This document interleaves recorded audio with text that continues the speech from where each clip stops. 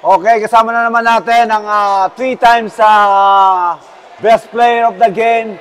Ngayon sa gabi ito, walang iba kundi Aldwin Rosos from Olongapo. Total 23 points and 7 3 points ang nagawa ni Aldwin sa gabi ito. Grabe ang percentage ngayon, 99.0. Kung basta ka na talagang 99 ang average sa shooting. Sa walong tira, isa lang ang sumablay. Grabe ang performance. Talagang buhay na buhay yung kumpiyansa mo dito sa Team Brudis.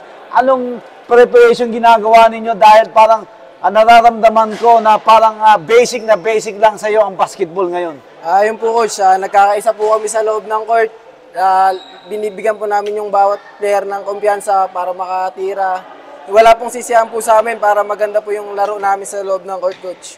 Tuwing nagpa-practice po kami para makuha po namin yung ng player. Bawat isa pong laro ng player. Basta kung talagang yung laro ninyo, parang takbuhan na ng takbuhan na talagang walang kapugaran. Coach, ayun po yung advantage namin kasi po halos lahat po kami puro small eh. Kaya doon po namin kinukuha yung score namin. Takbo po ng takbo. Mas naging kumpiyansa ka ba dito dahil na may import ka, dalawang import ngayon dito? Kumpiyansa po coach kasi kahit paano po maraming point guard, kahit naghihintay na lang rin po ako ng pasa. Kaya nakakakuha po talagang ng kumpiyansa. ika nga yung magandang depensa mo rin, isa rin mga nagpapahasel sa iyo. Alam mo naman natin, ang Aldwin Rosos, pagdating sa outside shooting, grabe ang kamay nito. Golden hand talaga. Kung basta talaga, pag bumitaw talaga, magandang percentage.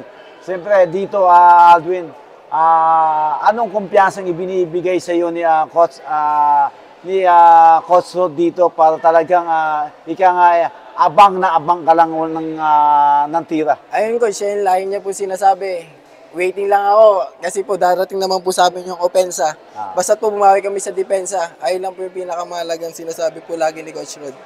Siyempre, dito sa labang ito, ibang bakbakan dito ngayon sa Season 5. Ikaw ba talaga, palagi niya, mamimaintain na ninyo itong hanggang sa quarterfinals to semifinals? Hindi pa po namin masasabi, Coach, pero pagigihan pa po namin, magpa-practice pa rin po kami sa tuwing week, 1 week, sa isang linggo,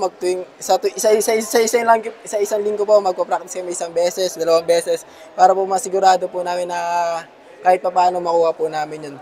And then, Aldwin, bago ang lahat, i-shoutout mo muna yung mga mahal mo sa buhay, yung mga nasa Pilipinas at yung nandito sa Dubai. Sina-shoutout ko lang po yung family ko sa Pinas, Rosos family, Dahit family, kay mama ko, ingat po lagi. Tsaka kay Mami Lex. Ayun po. Okay, good luck. See you next